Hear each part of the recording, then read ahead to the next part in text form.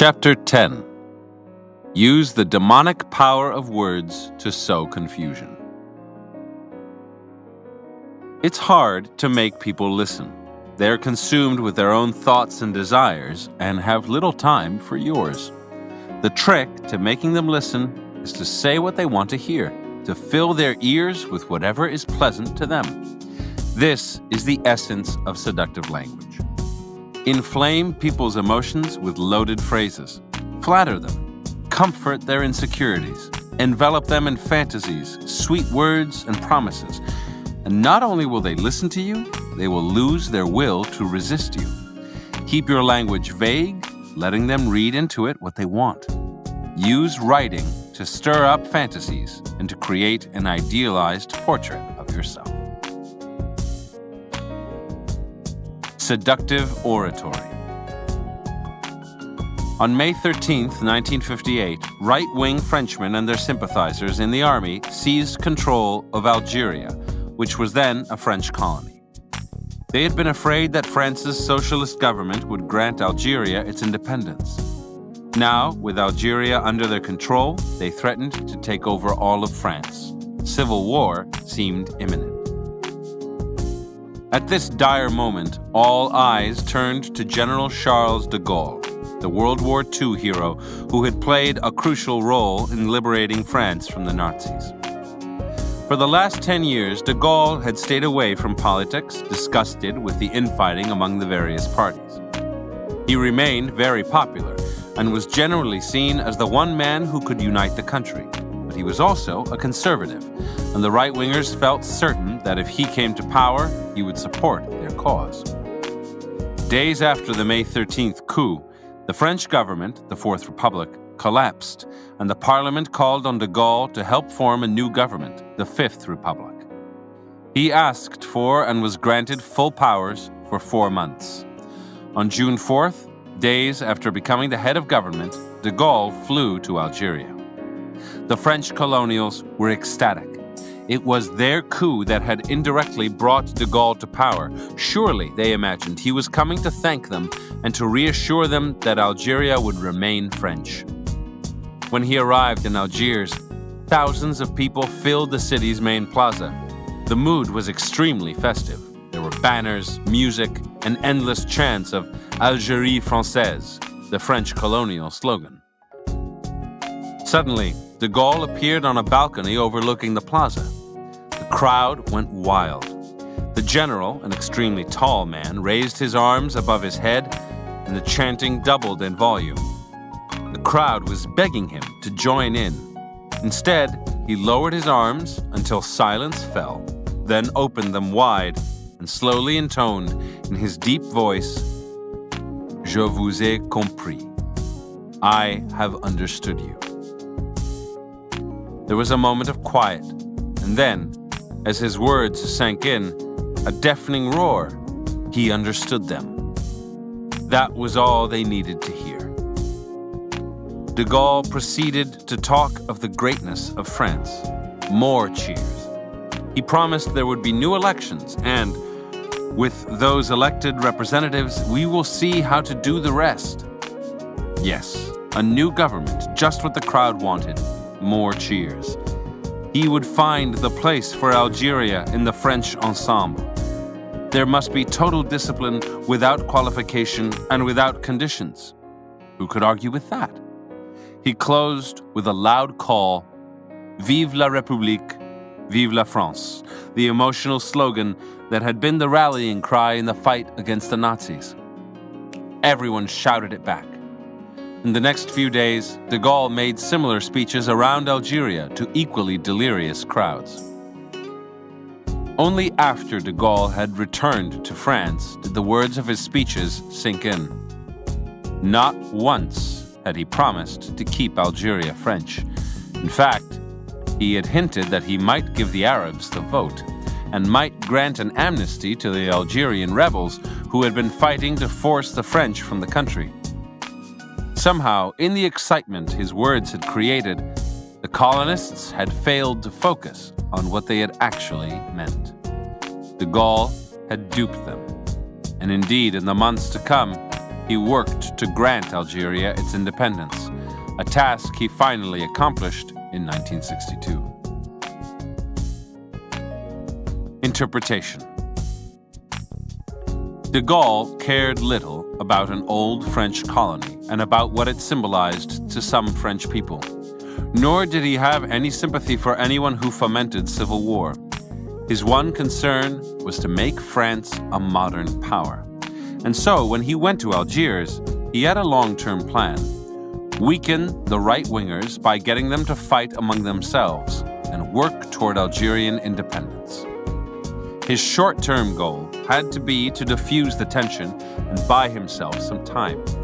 He wouldn't lie to the colonials by saying he supported their cause. That would cause trouble back home.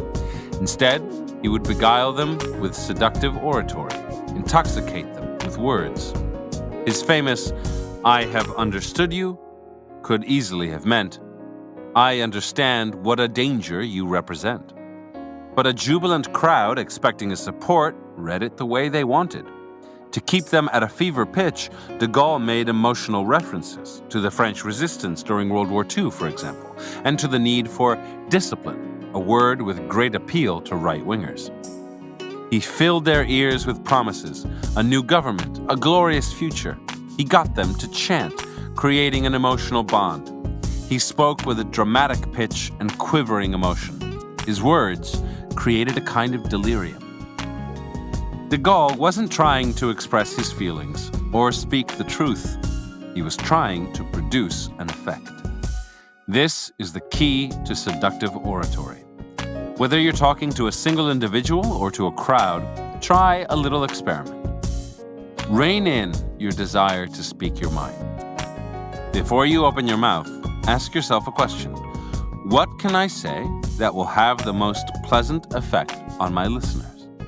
Often, this entails flattering their egos, assuaging their insecurities, giving them vague hopes for the future, sympathizing with their travails.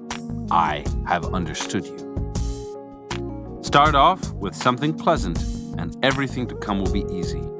People's defenses will go down. They'll grow amenable, open to suggestion. Think of your words as an intoxicating drug that will make people emotional and confused. Keep your language vague and ambiguous, letting your listeners fill in the gaps with their fantasies and imaginings. Instead of tuning you out, getting irritated or defensive, being impatient for you to shut up, they will be pliant, happy with your sweet-sounding words. Seductive writing. One spring afternoon in the late 1830s, in a street in Copenhagen, a man named Johannes caught a glimpse of a beautiful young girl. Self-absorbed yet delightfully innocent, she fascinated him, and he followed her from a distance and found out where she lived. Over the next few weeks, he made inquiries and found out more about her. Her name was Cordelia Wall, and she lived with her aunt. The two led a quiet existence. Cordelia liked to read and to be alone. Seducing young girls was Johannes's specialty, but Cordelia would be a catch. She had already turned down several eligible suitors. Johannes imagined that Cordelia might hunger for something more out of life, something grand, something resembling the books she had read and the daydreams that presumably filled her solitude. He arranged an introduction and began to frequent her house, accompanied by a friend of his named Edward. This young man had his own thoughts of courting Cordelia, but he was awkward and strained to please her. Johannes, on the other hand, virtually ignored her, instead befriending her aunt. They would talk about the most banal things, farm life, whatever was in the news. Occasionally, Johannes would veer off into a more philosophical discussion, for he had noticed, out of the corner of his eye, that on these occasions Cordelia would listen to him closely, while still pretending to listen to Edward. This went on for several weeks. Johannes and Cordelia barely spoke, but he could tell that he intrigued her, and that Edward irritated her to no end. One morning, knowing her aunt was out, he visited their house. It was the first time he and Cordelia had been alone together. As dryly and politely as possible, he proceeded to propose to her. Needless to say, she was shocked and flustered. A man who had shown not the slightest interest in her suddenly wanted to marry her? She was so surprised that she referred the matter to her aunt, who, as Johannes had expected, gave her approval. Had Cordelia resisted, her aunt would have respected her wishes, but she did not. On the outside, everything had changed. The couple were engaged. Johannes now came to the house alone, sat with Cordelia, held her hand, talked with her. But inwardly, he made sure things were the same. He remained distant and polite. He would sometimes warm up, particularly when talking about literature, Cordelia's favorite subject. But at a certain point, he always went back to more mundane matters. He knew this frustrated Cordelia, who had expected that now he would be different. Yet even when they went out together, he took her to formal socials arranged for engaged couples. How conventional. Was this what love and marriage were supposed to be about? These prematurely aged people talking about houses and their own drab futures? Cordelia, who was shy at the best of times, asked Johannes to stop dragging her to these affairs. The battlefield was prepared. Cordelia was confused and anxious. Then, a few weeks after their engagement, Johannes sent her a letter.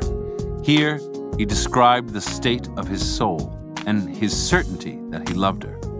He spoke in metaphor, suggesting that he had been waiting for years, lantern in hand, for Cordelia's appearance. Metaphor melted into reality, back and forth. The style was poetic, the words glowed with desire, but the whole was delightfully ambiguous. Cordelia could reread the letter 10 times without being sure what it said. The next day, Johannes received a response. The writing was simple and straightforward, but full of sentiment. His letter had made her so happy, Cordelia wrote, and she had not imagined this side to his character. He replied by writing that he had changed. He did not say how or why, but the implication was that it was because of her. Now, his letters came almost daily. They were mostly of the same length, in a poetic style that had a touch of madness to it, as if he were intoxicated with love. He talked of Greek myth, comparing Cordelia to a nymph and himself to a river that fell in love with a maiden. His soul, he said, merely reflected back her image. She was all he could see or think of. Meanwhile, he detected changes in Cordelia. Her letters became more poetic, less restrained.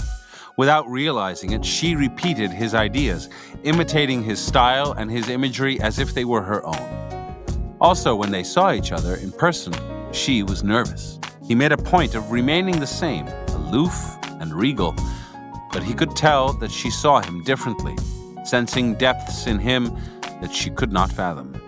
In public, she hung on to his every word. She must have memorized his letters, for she referred to them constantly in their talks. It was a secret life they shared. When she held his hand, she did so more tightly than before. Her eyes expressed an impatience, as if she were hoping that at any moment he would do something bold. Johannes made his letters shorter but more numerous, sometimes sending several in one day. The imagery became more physical and more suggestive, the style more disjointed, as if he could barely organize his thoughts. Sometimes he sent a note of just a sentence or two. Once, at a party at Cordelia's house, he dropped such a note into her knitting basket and watched as she ran away to read it. Her face flushed. In her letters, he saw signs of emotion and turmoil. Echoing a sentiment he had hinted at in an earlier letter, she wrote that she hated the whole engagement business. It was so beneath their love. Everything was ready. Soon, she would be his the way he wanted it. She would break off the engagement. A rendezvous in the country would be simple to arrange. In fact, she would be the one to propose it. This would be his most skillful seduction. Interpretation. Johannes and Cordelia are characters in the loosely autobiographical novel The Seducer's Diary from 1843 by the Danish philosopher Søren Kierkegaard. Johannes is a most experienced seducer who specializes in working on his victim's mind. This is precisely where Cordelia's previous suitors have failed. They have begun by imposing themselves, a common mistake. We think that by being persistent, by overwhelming our targets with romantic attention, we are convincing them of our affection. Instead, we are convincing them of our impatience and insecurity. Aggressive attention is not flattering because it is not personalized. It is unbridled libido at work. The target sees through it. Johannes is too clever to begin so obviously. Instead, he takes a step back, intriguing Cordelia by acting a little cold and carefully creating the impression of a formal, somewhat secretive man. Only then does he surprise her with his first letter. Obviously, there's more to him than she has thought. And once she's come to believe this, her imagination runs rampant. Now, he can intoxicate her with his letters, creating a presence that haunts her like a ghost. His words, with their images and poetic references, are constantly in her mind. And this is the ultimate seduction, to possess her mind before moving to conquer her body. The story of Johannes shows what a weapon in a seducer's armory a letter can be. But it is important to learn how to incorporate letters in seduction. It's best not to begin your correspondence until at least several weeks after your initial contact. Let your victims get an impression of you. You seem intriguing, yet you show no particular interest in them. When you sense that they are thinking about you, that is the time to hit them with your first letter. Any desire you express for them will come as a surprise. Their vanity will be tickled, and they will want more. Now, make your letters frequent. In fact, more frequent than your personal appearances. This will give them the time and space to idealize you, which would be more difficult if you were always in their face.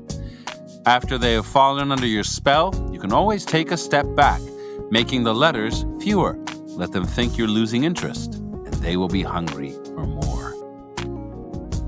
Design your letters as homages to your targets. Make everything you write come back to them, as if they were all you could think about. A delirious effect. If you tell an anecdote, make it somehow relate to them. Your correspondence is a kind of mirror you are holding up to them. They get to see themselves reflected through your desire. If for some reason they don't like you, write to them as if they did.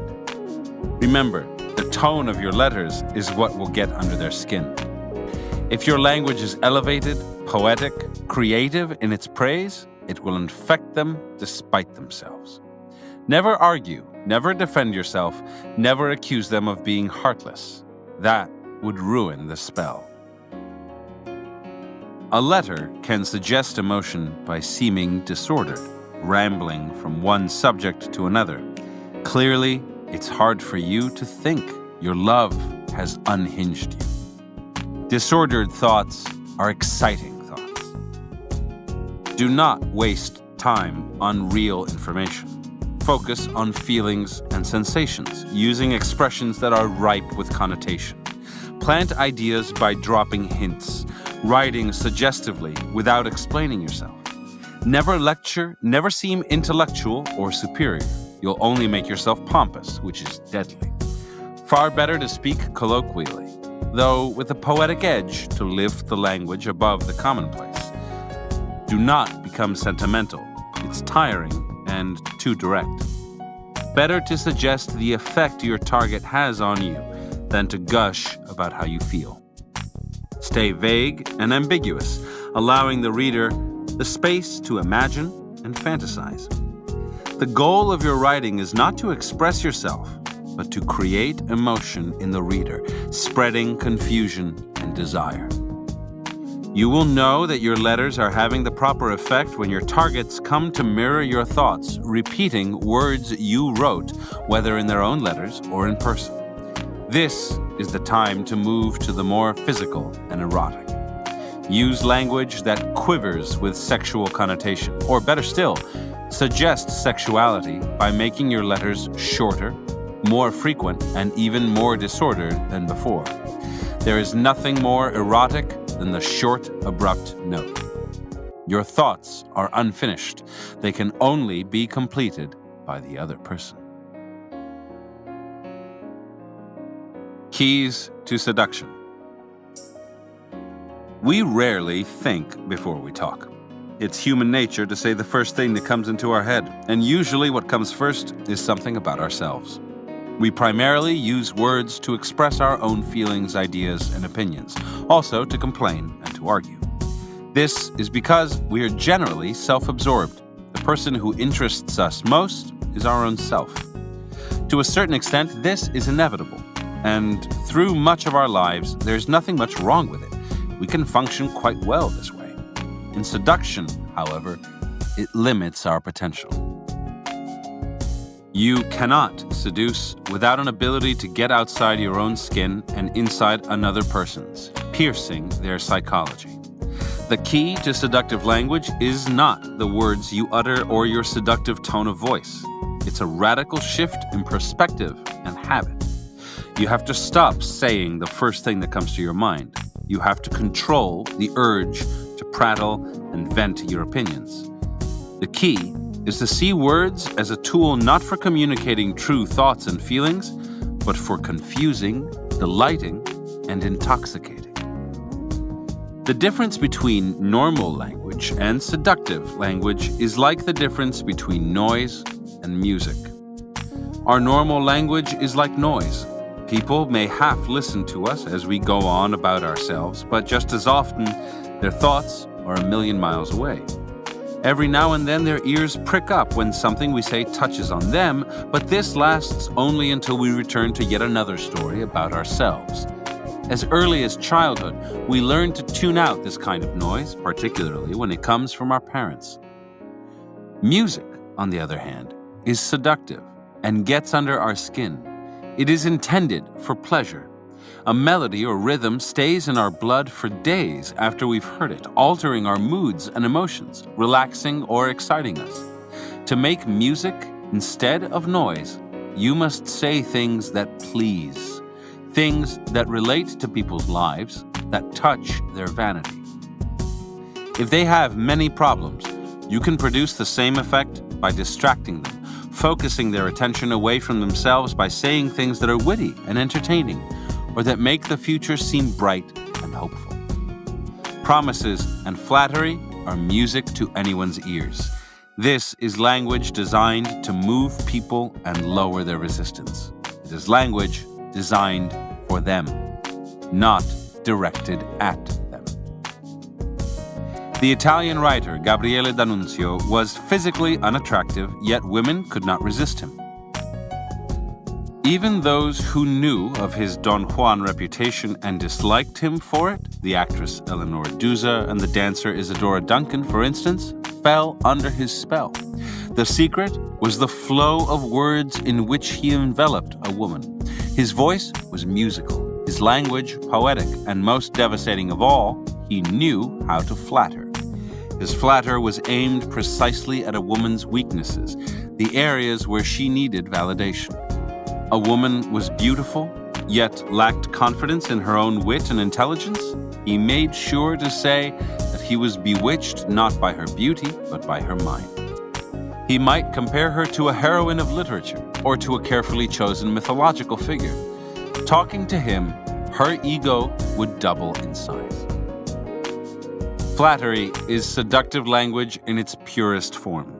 Its purpose is not to express a truth or a real feeling, but only to create an effect on the recipient.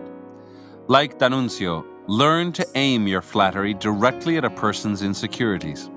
For instance, if a man is a fine actor and feels confident about his professional skills, to flatter him about his acting will have little effect, and may even accomplish the opposite. He could feel that he is above the need to have his ego stroked, and your flattery will seem to say otherwise. But let us say that this actor is an amateur musician or painter. He does this work on his own without professional support or publicity, and he's well aware that others make their living at it. Flattery of his artistic pretensions will go straight to his head and earn you double points. Learn to sniff out the parts of a person's ego that need validation.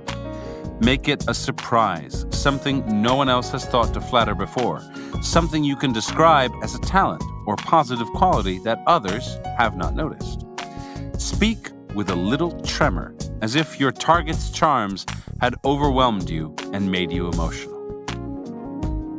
Flattery can be a kind of verbal foreplay.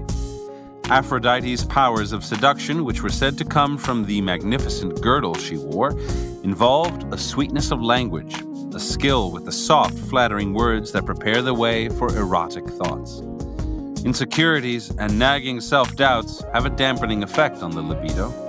Make your targets feel secure and alluring through your flattering words, and their resistance will melt away.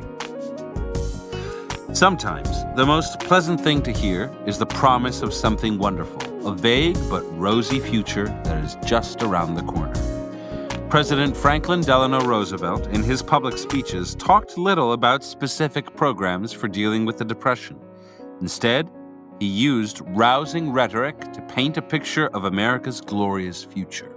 In the various legends of Don Juan, the great seducer would immediately focus women's attention on the future, a fantastic world to which he promised to whisk them off.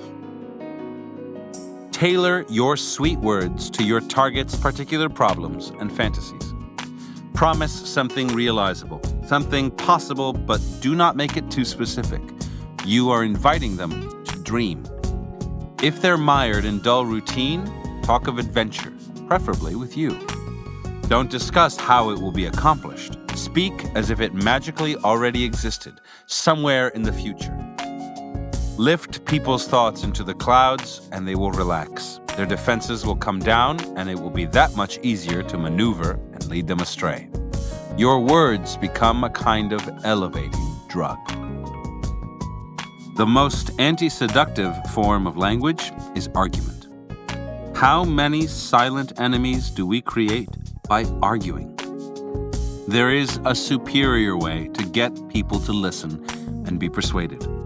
Humor and a light touch. The 19th century English politician Benjamin Disraeli was a master at this game. In Parliament, to fail to reply to an accusation or slanderous comment was a deadly mistake. Silence meant the accuser was right. Yet to respond angrily to get into an argument was to look ugly and defensive. Disraeli used a different tactic. He stayed calm. When the time came to reply to an attack, he would slowly make his way to the speaker's table, pause, then utter a humorous or sarcastic retort. Everyone would laugh. Now that he had warmed people up, he would proceed to refute his enemy, still mixing in amusing comments, or perhaps he would simply move on to another subject, as if he were above it all. His humor took out the sting of any attack on him. Laughter and applause have a domino effect. Once your listeners have laughed, they are more likely to laugh again. In this light-hearted mood, they're also more apt to listen. A subtle touch and a bit of irony give you room to persuade them, move them to your side, mock your enemies. That is the seductive form of argument. Shortly after the murder of Julius Caesar, the head of the band of conspirators who had killed him, Brutus, addressed an angry mob. He tried to reason with the crowd, explaining that he had wanted to save the Roman Republic from dictatorship. The people were momentarily convinced. Yes, Brutus seemed a decent man. Then Mark Antony took the stage, and he, in turn, delivered a eulogy for Caesar. He seemed overwhelmed with emotion. He talked of his love for Caesar and of Caesar's love for the Roman people.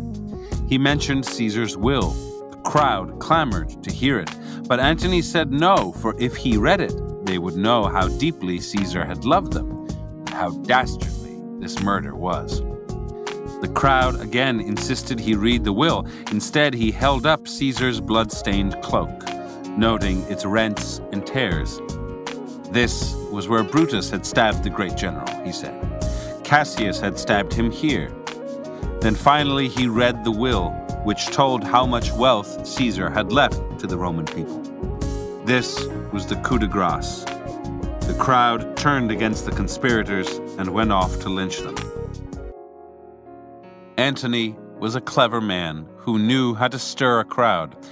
According to the Greek historian Plutarch, when he saw that his oratory had cast a spell over the people and that they were deeply stirred by his words, he began to introduce into his praises of Caesar a note of pity and of indignation at Caesar's fate.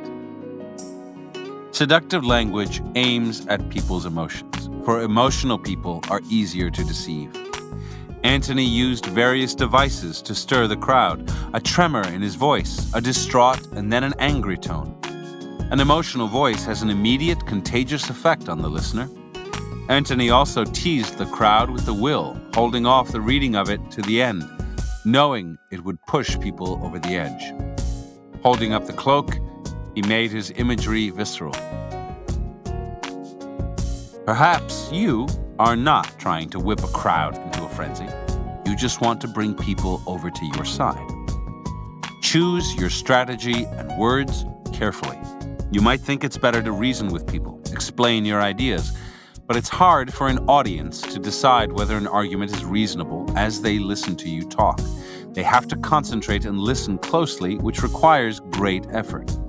People are easily distracted by other stimuli, and if they miss a part of your argument, they'll feel confused, intellectually inferior, and vaguely insecure.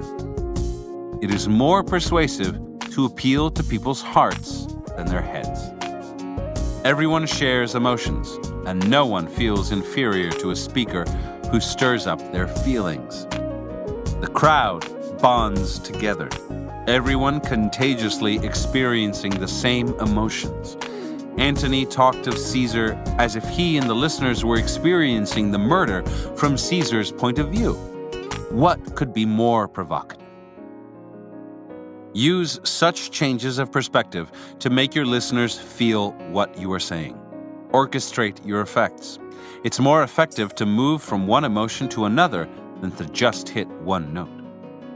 The contrast between Antony's affection for Caesar and his indignation at the murderers was much more powerful than if he had stayed with one feeling or the other. The emotions you're trying to arouse should be strong ones. Don't speak of friendship and disagreement. Speak of love and hate. And it's crucial to try to feel something of the emotions you're trying to elicit. You will be more believable that way. This shouldn't be difficult. Imagine the reasons for loving or hating before you speak. If necessary, think of something from your past that fills you with rage. Emotions are contagious. It's easier to make someone cry if you're crying yourself. Make your voice an instrument and train it to communicate emotion. Learn to seem sincere. Napoleon studied the greatest actors of his time, and when he was alone, he would practice putting emotion into his voice. The goal of seductive speech is often to create a kind of hypnosis. You are distracting people, lowering their defenses, making them more vulnerable to suggestion. Learn the hypnotist's lessons of repetition and affirmation, key elements in putting a subject to sleep. Repetition involves using the same words over and over, preferably a word with emotional context. Taxes, liberals, bigots. The effect is mesmerizing. Ideas can be permanently implanted in people's unconscious simply by being repeated often enough. Affirmation is simply the making of strong, positive statements, like the hypnotist's commands. Seductive language should have a kind of boldness, which will cover up a multitude of sins. Your audience will be so caught up in your bold language that they won't have time to reflect on whether or not it's true. Never say, "I don't think the other side made a wise decision."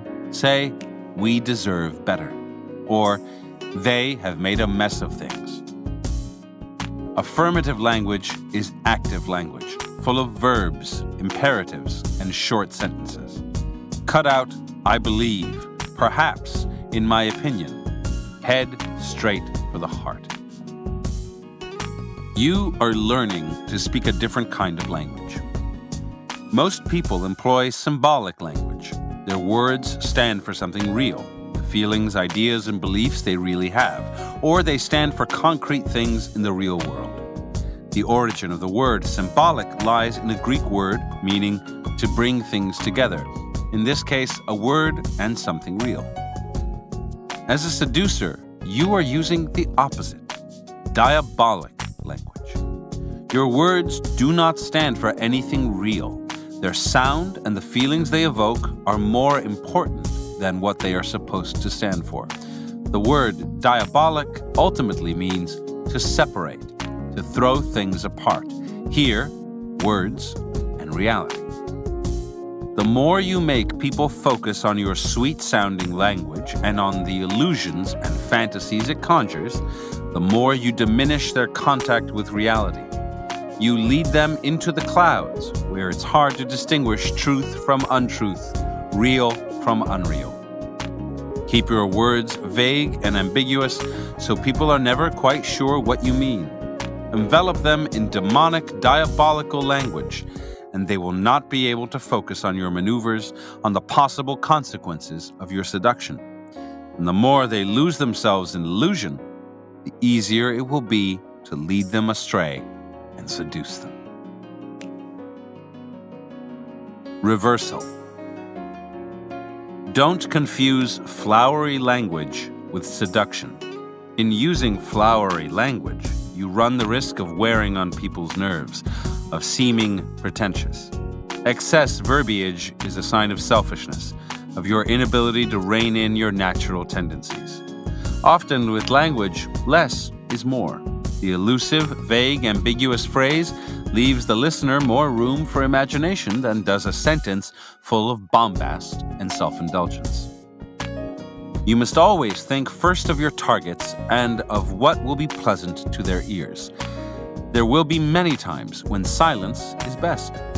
What you do not say can be suggestive and eloquent, making you seem mysterious. In the 11th century Japanese court diary, the Pillow Book of Sei Shonagon, the counselor Yoshichika is intrigued by a lady he sees in a carriage, silent and beautiful. He sends her a note, and she sends one back. He is the only one to read it, but by his reaction, everyone can tell it is in bad taste or badly written. It spoils the effect of her beauty. Shonagon writes, quote, "I have heard people suggest that no reply at all is better than a bad one." Unquote. If you are not eloquent, if you cannot master seductive language, at least learn to curb your tongue. Use silence to cultivate an enigmatic presence. Finally, seduction has a pace and rhythm. In phase 1, you're cautious and indirect. It's often best to disguise your intentions, to put your target at ease with deliberately neutral words. Your conversation should be harmless, even a bit bland. In this second phase, you turn more to the attack. This is the time for seductive language. Now, when you envelop them in your seductive words and letters, it comes as a pleasant surprise. It gives them the immensely pleasing feeling that they are the ones to suddenly inspire you with such poetry and intoxicating words.